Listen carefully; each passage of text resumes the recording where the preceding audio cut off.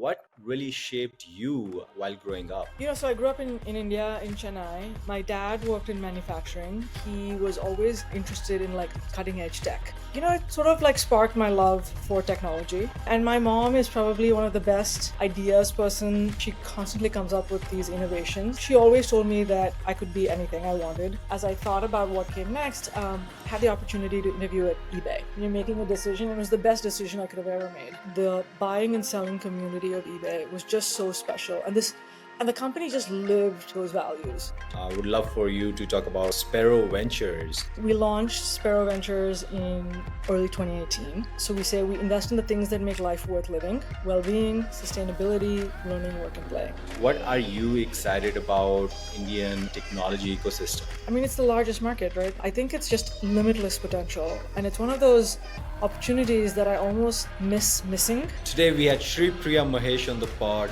Shripriya is a general partner at Spero Ventures, which invests in things that make life worth living: well-being, sustainability, learning, work, and play. Before Spero, Shripriya was a partner at Omidyar Network and VP at eBay. She's currently a member of the board of directors at eBay. During a conversation, Shripriya shared what shaped her the most while growing up in Chennai, her journey from Chennai to Boston to Silicon Valley, why joining eBay was the best decision she made, the founding story of Spero Ventures, why she is excited about the Indian technology ecosystem, and much more. Now I bring you Shripriya. Shripriya, I'm so excited to have you on the board. Excited to do this. Thank you so much for having me. I'm looking forward to the conversation. Awesome. So maybe a good starting point, Shripriya, can be typically, we're really a byproduct of our environment. What really shaped you while growing up, and what made you move to the US? So I grew up in India, in Chennai, and I would say both my parents are entrepreneurs in very different ways. My dad worked in manufacturing, but he was always extremely interested in like cutting edge tech. So he had a Compaq way back in the 1980s. And as computers were becoming a thing, he got both me and my brother this thing called the ZX Sinclair, which was one of the first little computers. And I grew up in Chennai, so he got a Gindi Anna University engineering student to come teach us how to code. So my brother and I, when we were like 11 and 10, learned how to code. I'm still in touch with the professor, actually. He lives in Seattle now. His name is Srinivas. So Srinivas taught us how to code in BASIC. And, it sort of like sparked my love for technology. And my mom is probably one of the best idea people I've ever met. She constantly Mhm. comes up with these innovations. And so I grew up in a sort of in an environment where just thinking outside the box, not being afraid of technology was encouraged. And, she always told me that I could be anything I wanted. So I grew up in a very sort of different way for someone growing up in the 80s, and Mhm. it wasn't that, oh, you have to be successful. She never really cared that much about how well I did in school, very the antithesis to the tiger mom, the Indian mom. She was just more like, hey, do your best and follow what you enjoy. So that's sort of the environment in which I grew up, and really encouraged to sort of follow our curiosity and go deep into things that interested us. So Mhm. Gotcha. And what was the reason? I think you ended up moving to US that's right. post graduation or before. What was that journey like? Yeah. So I went to undergrad in Chennai. I got a BA in economics, and then I just really had an itch to see the world, if you will, kind of move to a different environment. Mhm. And so I ended up working right out of college, which wasn't a choice that many of my classmates did, because it was you either went into a master's program or you took the IIM entrance exams, which a lot of my classmates did. But I was like, hey, if I want to see more and sort of not be constrained by living in my parents' house, if you will. I Mhm. wanted to leave. And so I said, okay, I'm going to work for a couple of years. And then I ended up applying to graduate business school in the US, and was very fortunate to be able to get that opportunity and move. So Yeah, gotcha. So you wanted to see more of the world, decided to move to US. And what was the journey like, Shripriya, in the beginning? And then let's dive into your professional career. it's always a little scary, right? It was 1995. I'd never really lived outside of home or India. And, I showed up in Boston, which was amazing in many ways. I'd never seen snow. And my first winter, I think, was one of the epic winters on record. And I remember like trying to turn in an exam and running to the school, and there was like snow up to my, like, it was thigh high. And so it was crazy. It was different. It was exciting. I met some of my closest friends, people I'm still in touch with, in my class. And it was a time when the internet was just starting. I went to business school from 1995 to 1997. And a couple of my section mates actually started some of the sort of epic internet companies of that time. I had one classmate who started a early bookseller who book selling platform that sold to Amazon. And then one of my other section mates started the first marketplace called Chemdex, a B2B marketplace, in 97, 98. And it got really large during the first .com phase or bubble, if you will. And Mhm. so, when I graduated, I really wanted to move out west, but it wasn't something I could do at the time. And so I went into consulting. It was a very traditional business school path, and I absolutely hated it. I hated everything about it. I hated the role. I hated the companies I worked for. I often hated the person I was working for at the company, at the firm. It was one of those where I'm like, I don't understand what this role does. You go into a large company, they know what problem they want to solve. You interview all of the people there, and you're sort of like, yes, you're gleaning insights, but you're repackaging what they're saying to you and presenting it in a more polished way. And this data already exists within this company, right? They're just not willing to like do something with it. Mhm. And so I was quite miserable in my consulting role. And one of my classmates had gone into venture capital, and I was just catching up with him, and he said, "Oh, we're like doing diligence on." He's like, "What are you working on?" And I said, "Oh, I'm working for these credit card clients, doing whatever I was doing." And he's like, "Oh, we're looking at one of the earliest internet credit card companies. Would you help us diligence this company?" And so he introduced me to the partner who was leading that deal, and I helped him think through the data and like how to think about this company. And at the end of it, I said, "Would you mind introducing me to the team there?" And he did. And so I decided to go to San Francisco, interview with a whole bunch of companies, but also this internet company, this credit card company called NextCard.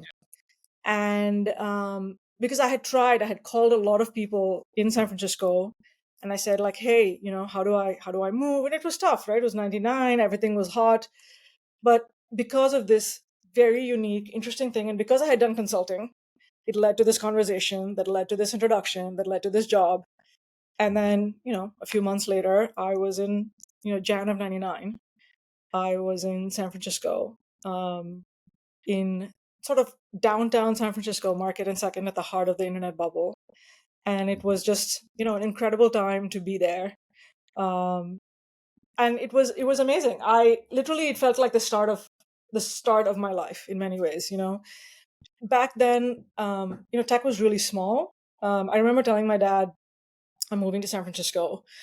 And he's like, "What's the company?" And I was like, "Oh, it's called NextCard." And he's like, "I've never heard of it." And I'm like, "Yeah, it's a startup. It has like, I don't know, 90 people at the time." And he was like, "Well, what about your visa?" And I'm like, "Oh, they'll transfer it." And he's like, "Won't that take time?" And I'm like, "Sure, it'll take time." He's like, "What if that doesn't happen?" And I was like, we'll figure it out when that happens. So he was like, "This seems really crazy."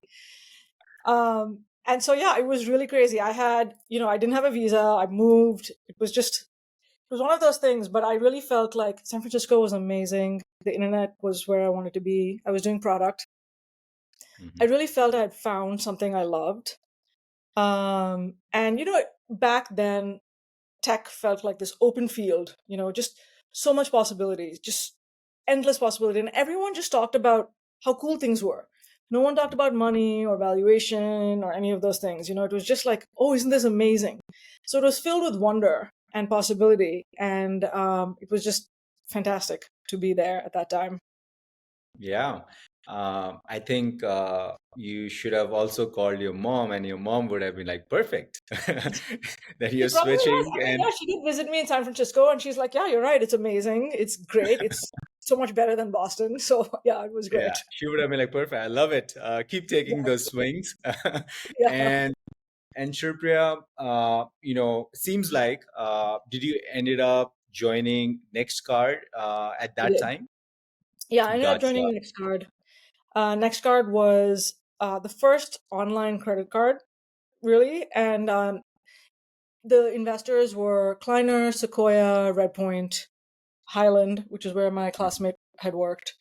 And what they did, which for a bunch of reasons people don't do right now, you provided them information online and they instantly authorized you for a credit card within about 30 seconds.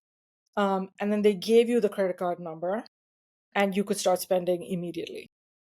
And my job was on product on e-commerce. So as soon as you got the card, how do we get you to start spending?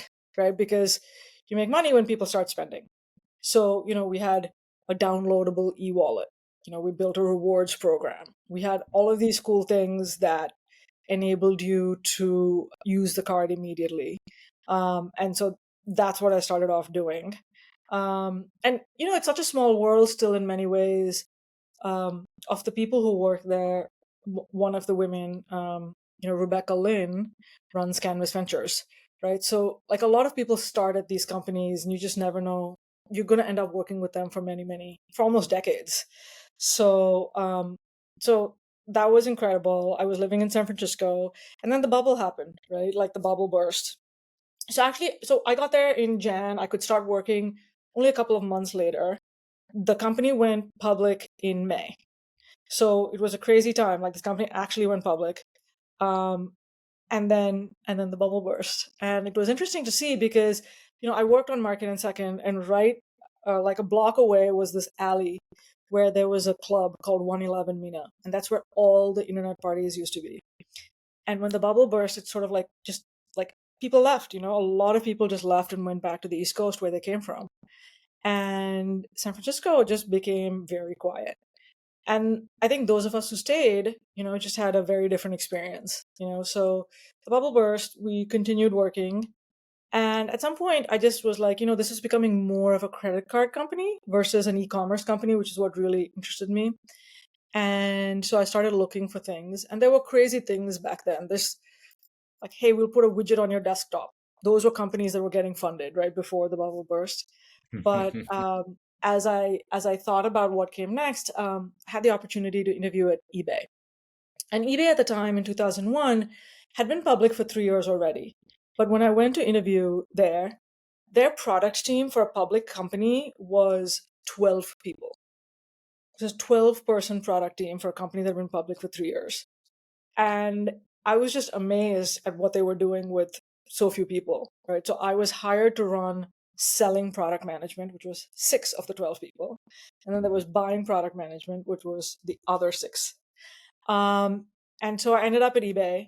I really thought, like, should I do this or not? Like, I live in San Francisco. This is all the way in San Jose. It's like an hour plus to get here. These are the thoughts you have, right? Sometimes when you're making a decision. It was the best decision I could have ever made because it was one of those companies where, the community, the buying and selling community of eBay was just so special. And the company just lived those values. It was like, hey, we're enabling people to transact. We're enabling agency, basically, right? Because before, if you had a widget, whatever it was, you could sell it to the people you know, but the problem is density, right? Like the chance that a person you know wants the thing you have is very low. Versus if you open it up to the world, chances get much higher.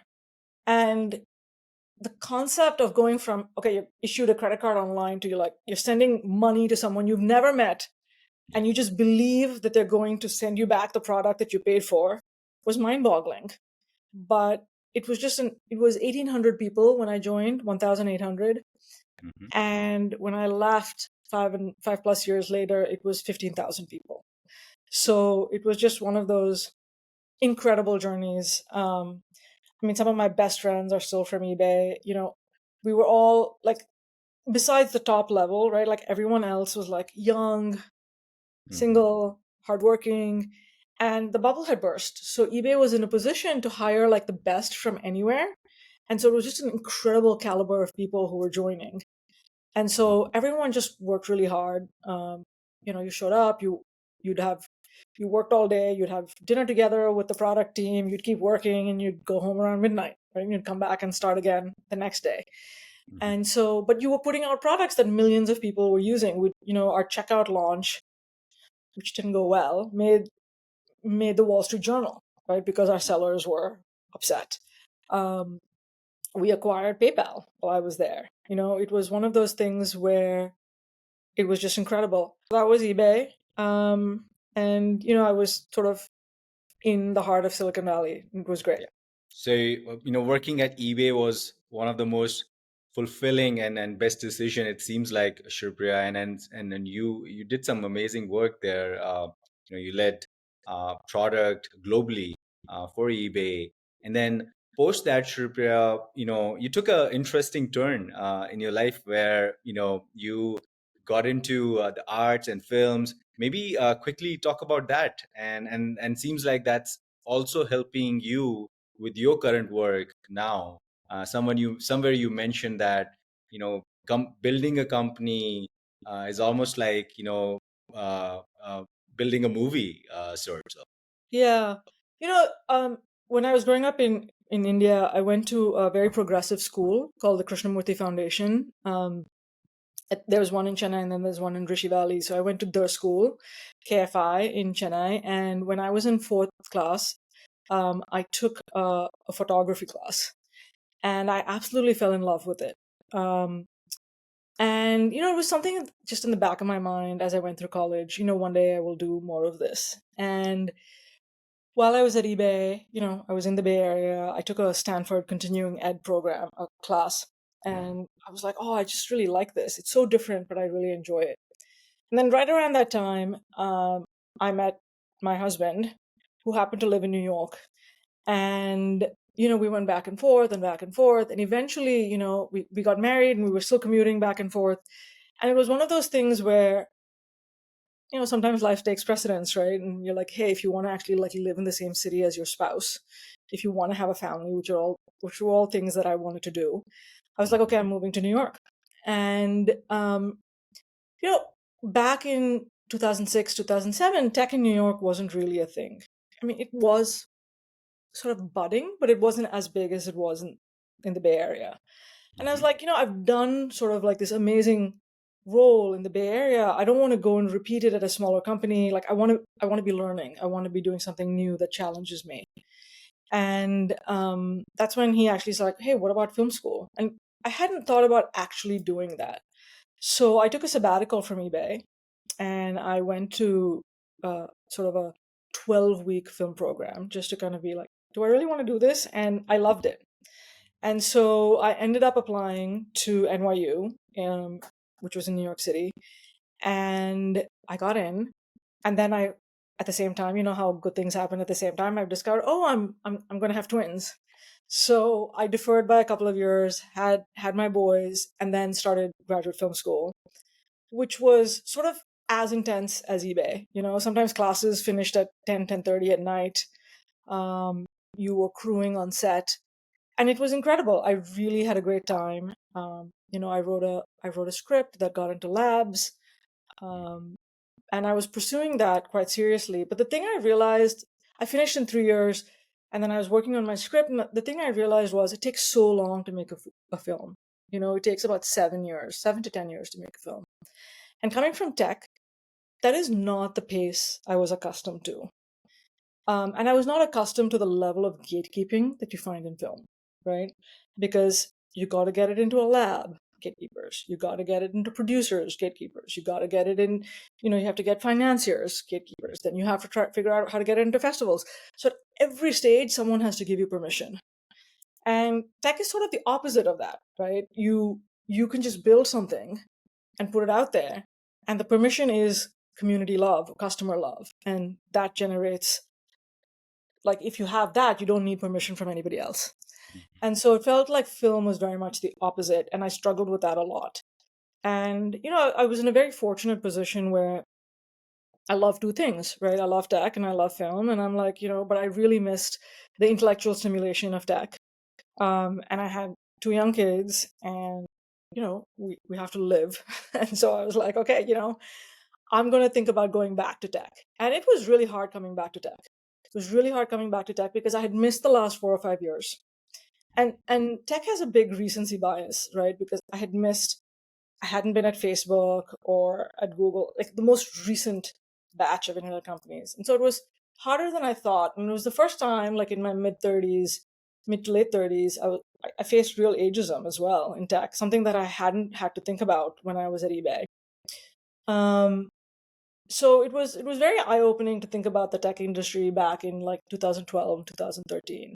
But eventually, I ended up doing something that was amazing. I worked for Pierre Omidyar, who's the founder of eBay, who was starting First Look Media. And First Look Media, he was building it as sort of a voice for aggressive journalism that spoke uh, truth to power. And I sort of worked on product and design and tech at First Look Media. And eventually, as I thought about what came next, I had seen a role at Omidyar Network just coincidentally come by to be an investor. And I'm like, oh, no, I'm not being an investor. Like, I don't want to be an investor. I'm an operator. This is what I do. Like, maybe when I'm older, I'll think of being an investor. And, I spent about 6 months looking. And going through that process, it was very clear to me that what I did mattered. So not just an operating role, but I was going to work hard regardless. What I actually spent my time doing mattered.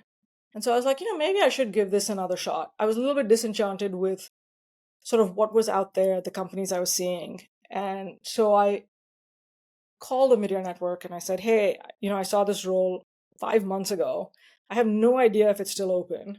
But if it is, I want to throw my hat in the ring.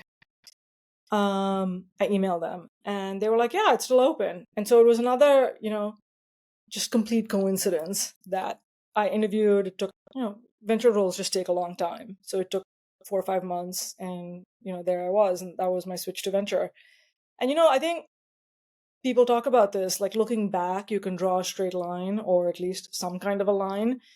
But I was really going vine to vine, right? Like, what's the most interesting opportunity? That's what I'm going to get. When I was at eBay, my mentor was the CTO. His name is Maynard Webb. He was also the chairman of Yahoo. He's on the board at Visa and Salesforce. And, he said to me, always take the hardest opportunity you can find. He said, because if you take the hardest opportunity and the most challenging role and you do well, you're one of the few people in the world who could have done that. But if you fail, it was still such a challenging role that you'd have learned so much from that failure. So just don't take the easy thing that you've done before. Find the thing that's really hard that you feel you'll learn a lot. And for me at the time, I was like, I was nervous going into venture, right? Because venture is an apprenticeship business. And at Omidyar Network, I wasn't going to get that. So I was like, this is sort of nerve-wracking. I'm going to have to learn it on my own by making mistakes. I mean, I was lucky that I had an amazing network of friends and, like connections in tech who I leaned on. But that's how I was going to have to learn it. And so, in 2016, I ended up in venture investing. Gotcha. Uh, Moving to your next step in the journey, Shripriya, which is what you're working on currently, Spero Ventures. How did that come about? Would love for you to talk about the founding story and what is it about? Sure. So I've been working at Omidyar Network for a couple of years, and Pierre Omidyar in 2017 actually said, I feel Omidyar Network has gotten really big. It was close to about 150 people. And he said, I feel like we should go back to the roots of venture, where it's small teams working to solve a problem. Because Omidyar Network had just amazing people. It was a dual checkbook model, right? Like they believed in both grant making as well as in venture investing across civic tech, financial inclusion, education, and general sort of emerging tech, which is what I worked on. And so when that happened, I actually put up my hand and said, I'm happy to go first. There's always a risk with going first, but I'm happy to do it. And right around that time, actually, right as we were planning to go out and figuring out what is this going to be, what is the spin out going to be, I was diagnosed with breast cancer. So it was this, sort of crazy personal time as I was planning on launching a new venture. And I remember Pierre saying, "We can do anything. We can stop.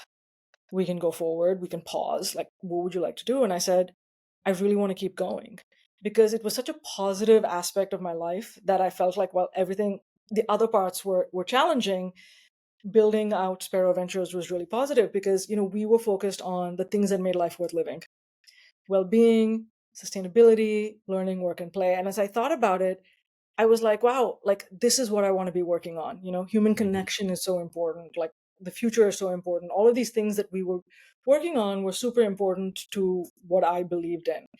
And so, it was sort of in parallel as I was going through all my treatments that we were building Spero Ventures. And we launched Spero Ventures in early 2018. So we say we invest in the things that make life worth living: well-being, sustainability, learning, work, and play. And our thesis very much is that the best companies in the world are mission-driven companies. And they are the companies that define a generation. And so those are the kinds of founders that we want to invest in. So, and we looked at examples that we believed in, right? Very much eBay, mission-driven. One of our venture partners is Mark Tarpening, who is a co-founder of Tesla. And Tesla is very much a mission driven company. And the way we think about it, initially people were sort of confused. They were like, oh, mission driven, which means sub commercial returns. And you're like, no, the two go together. We look for companies where with every transaction, you are both fulfilling your mission and you have a fantastic revenue model that's generating revenue, right? So you think about eBay. Every transaction is providing agency to the buyer and the seller and generates revenue for eBay. Tesla, every car that they sell or they make is taking another ICE car off the road, and it's a revenue generating machine. So, it was sort of newer when we launched, less so now with mission driven. And so, that's what we look for. We launched with a smaller fund back in 2018.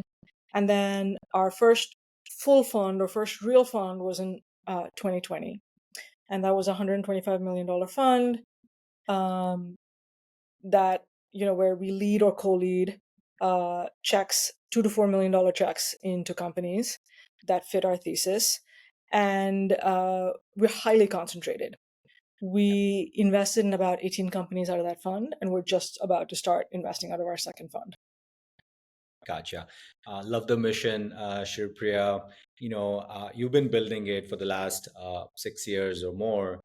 What's been the most fulfilling part for you while building Spiro? I think different people enjoy different parts of the job of venture, right? Because there's so Mhm. many elements, right, from sourcing all the way to like exit. I really enjoy the part that's working with the entrepreneurs. And it may be the operator in me, but I just love working with, you know, founders with big visions who may not have done certain things before that I have, and that I can work with them and help them achieve their vision. We very much think about it as we're signing up to the founder's vision and where they want to go. And I absolutely love that. We invest in amazing people, and the fact that we get to take part in their adventure is such a privilege. And the best part is just getting to, I meet with the founders I invest in almost weekly.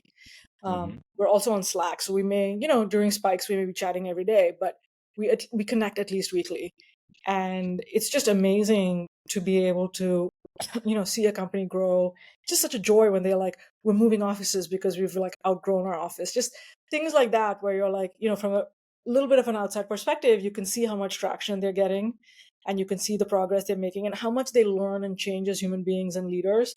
I think that's just the most exciting part of the job. Gotcha.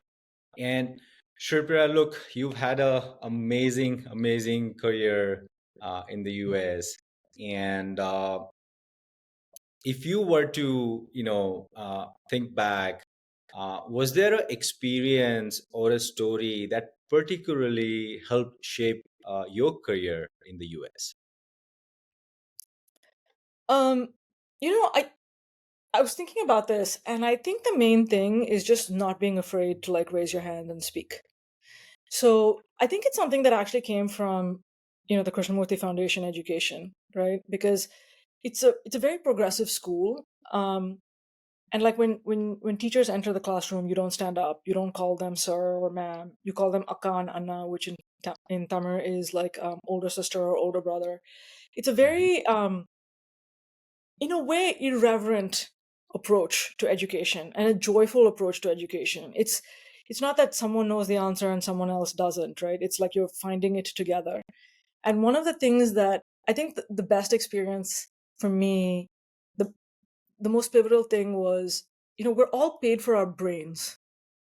We are knowledge workers, right? We work in tech. We're not in a factory, we're not in a farm, we're not, doing physical labor. We're paid for our brains.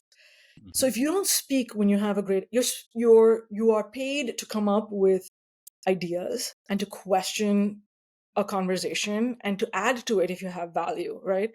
And so I think the main thing that I've always tried to do is speak up when you have an idea. And sometimes you'll be really wrong, and that's okay, but you keep going. There's this example that has stayed with me for a very long time. Early on in my career at eBay, I was called into a meeting on a weekend with sort of the C-suite, right? And it was, Meg and Meg Whitman and all of these, senior leaders who were running divisions and me. And I was there for product stuff. I don't even remember the content of it, but I remember like sitting there looking at the redwoods outside, and um, they were having a conversation, and there was a point I made, and I said something, and one of the execs said, "That is the stupidest thing I've ever heard," and like everyone just became quiet, right? And then they went on, and I was just like, "What just happened?" That was super scary, right? And I told myself, okay, I have to speak again. I have to speak again in this meeting so that I don't fear speaking, right? Like get back on that horse.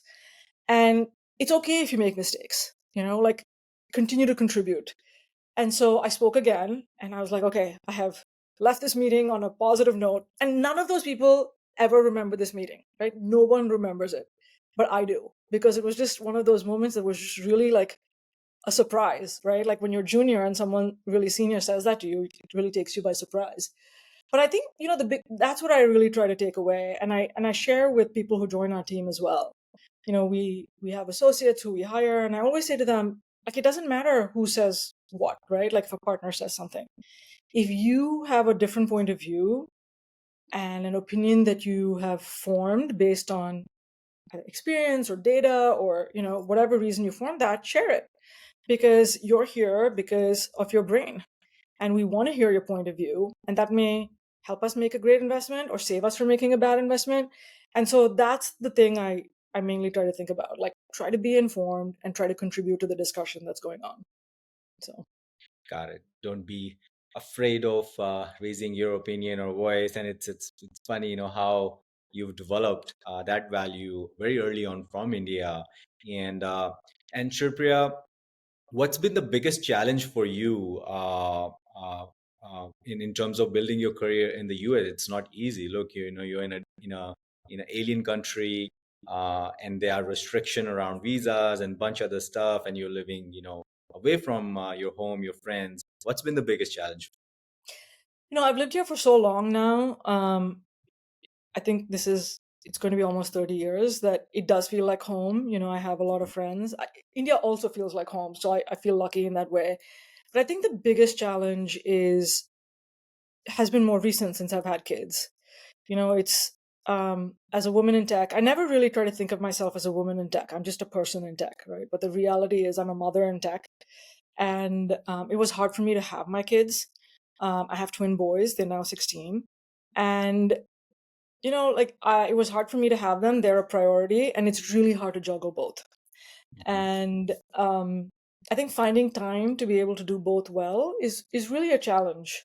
And so, when I interview, I often find myself in situations where I'm interviewing CEOs, often men, right? And I always ask them, because this question always gets asked of a lot of women, like, how do you manage work-life balance? And so I always ask the men as well, how do you manage? Because I think it's hard for any parent. I think it's hard for almost anyone, right? Like, but even if you don't have kids, you have other priorities in your life that you may want to pursue. And and I think to do tech well, I do think it's a little bit all consuming. Mhm. The thing of like, you clock out at 5. I know that's a trend now with more balance and things like that. I just think the best don't clock out at 5. I think it is more all consuming. You are on a lot. You are checking your emails on weekends. You don't really have a time when you're on vacation. You still have to be checking email if something happens, you know. We have a lot of flexibility. You can work from anywhere, but you Yeah. sort of have to always be on, right? And so I think with kids, managing that and trying to figure out what's that balance and how do you do both well, that's really challenging. Um, but I think it's challenging for everybody. And I tell myself that, you know, try our best. Gotcha. And moving to India, and you just mentioned that India is still home, and I think you did spend time. I might be wrong, but through Omidyar and eBay, you were still spending time in India. And what are you seeing, Shripriya? What are you excited about Indian technology ecosystem? I was in India last year. I try to come every year. I don't live there, but I just see how how incredible the energy is right now in India. Um, I think the young people, like your generation versus my generation, it feels like any opportunity is open, right? Um, to someone in their 20s or their 30s today.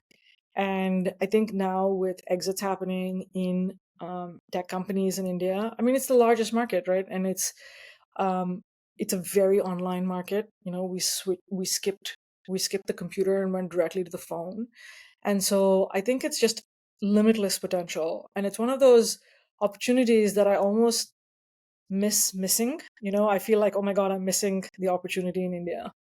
Um, and at some point, I want to spend more time there, but I do think everything feels limitless, right? And now you have, as you well know, a group of people who are returning, who have been trained at great internet companies, who are now starting the next batch of internet companies in India with the experience that they brought with them. And I think those companies just skip some of the growing pains, right? Because you've seen that in the US or wherever you may have been, right? You could have seen it in Europe. But like, if you're starting something with experience, you're skipping some of the mistakes that you usually make when you start companies. And I think that's just super exciting. And that's why I'm really glad that you're back doing what you're doing and finding sort of the next great companies in India that are going to be amazing.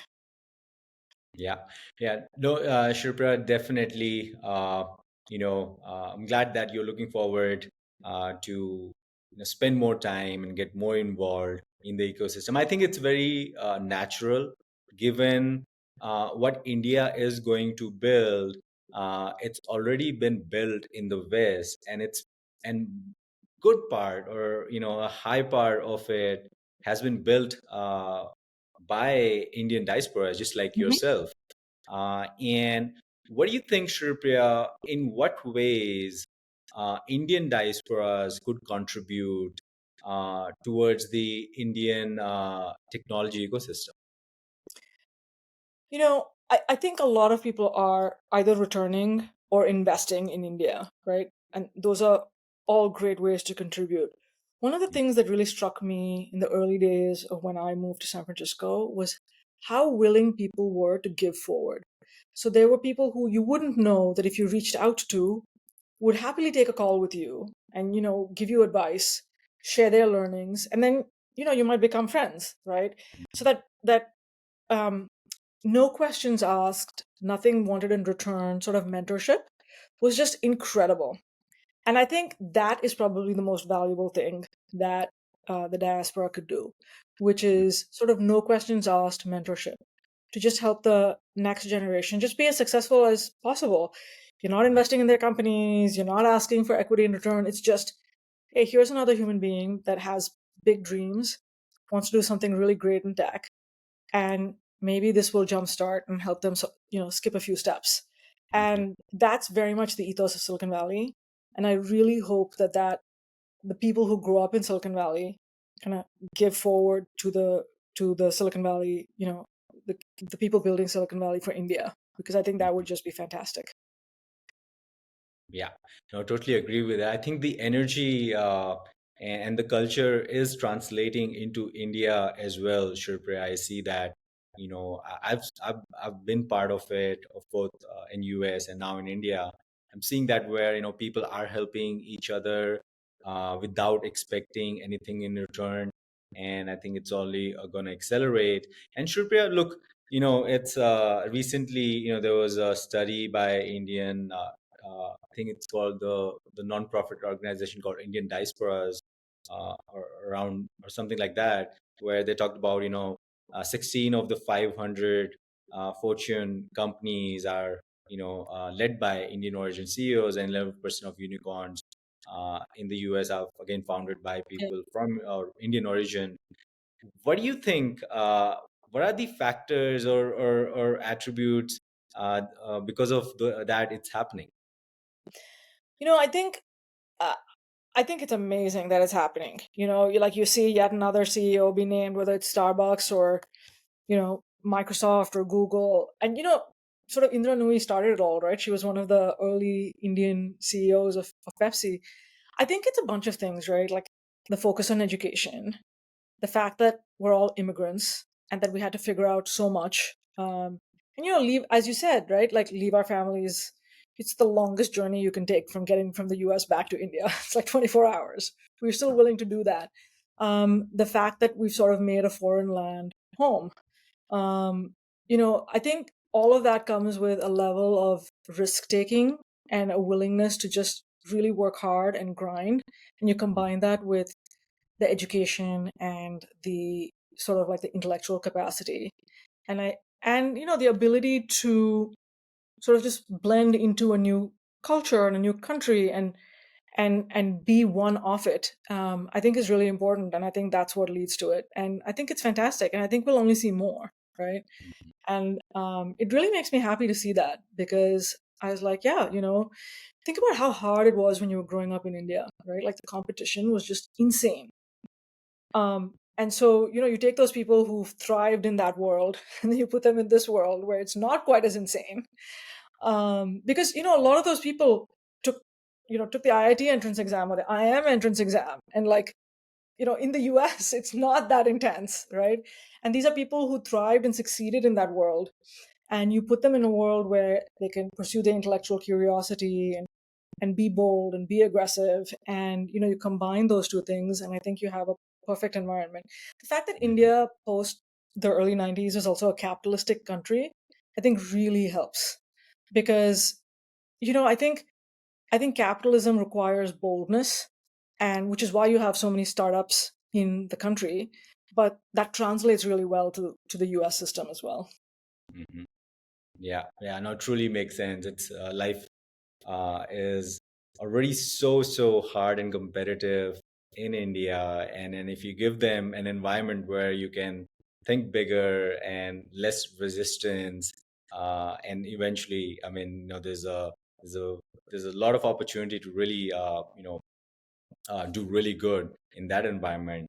And Shurpriya, with this, we will move into our last section. As discussed earlier, I gave you a warning. Yes. My co-pilot Alfonso is coming in, and he wants to get to know you outside of work. What are you most obsessed about outside of work lately? So lately it's been running. I didn't know how to run really, and that's an odd thing to say because human beings can run, but I was convinced I couldn't run. And so over the past couple of years, I've been sort of learning to run. And yeah, I've been obsessed with that. I run mainly on a treadmill, but I'm obsessed with like improving my speed, improving my distance, trying out different shoes. So that's what I've been obsessed with lately. Mm, got it. And then are you planning to run a marathon or any event or competition soon? No. So I'm very obsessed with health tech. So, I had a Whoop when it was really early. I had an Oura. I've had an Oura for a number of years. So I'm actually usually grandfathered into all these plans, when before they were subscription. So I don't have an Oura subscription. I just own the ring. And so I run because I want to improve my HRV and my VO2 max. So I'm very focused on like the quantified self, if you will. I have an 8 sleep bed and I have all these devices. And so like I run in order to improve my VO2 max. Gotcha. Look, here I am, a little late to the party, and There you go. I'm also working on HRV. I'm also working Yeah. on improving that, and I'm glad that you're really focusing on health. And Shripriya, we know you as a as an entrepreneur, as a builder, and now as an investor. Also, you are an artist, creative. What do your friends know you for? Um, I think with my friends, I think the thing that they know me for is being authentic. So, I still have people with close friends, we often talk about like, hey, what do I really think? Um, and I have the ability to sort of give them very direct feedback in a kind way. Um, and the ability to build meaningful relationships, because I still have people I worked with 20 years ago, 15 years ago, who come to me for career advice. So I'm not maybe as good thinking about it for myself, but for other people, Mhm. I have the ability to be really thoughtful and authentic with them. I've often told people who want to leave large tech companies to not do that because the reasons don't really resonate when they tell me what they want to do. And I was like, wait, but it seems like you have everything you want right there. Why don't you, you've been there for such a long time. Why don't you carve out a niche for yourself? And that's often not what they want to hear. But sometimes they stay and they're like, yeah, it was totally the right call. Um, so I think mainly being extremely direct and authentic while also delivering my point of view kindly.